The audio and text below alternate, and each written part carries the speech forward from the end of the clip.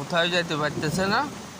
আপনারা যদি একটু খেয়াল করেন, প্রশাসন বা কোনো বা ইয়াতে যদি কোনো উদ্ধার করার জন্য কোনো আশ্রয় কেন্দ্রে যাওয়ার কোনো সুযোগ ব্যবস্থা যদি থাকে, একটু ব্যবস্থা করবেন। এটাই আপনাকে অনুরোধ, একটু শেয়ার করবেন। এটা বেশিরভাগ করি আমরা মানুষ এখানে 100 মানুষের উপরে মহিলা ছেলে, ছোট ছোট ছেলে আছে।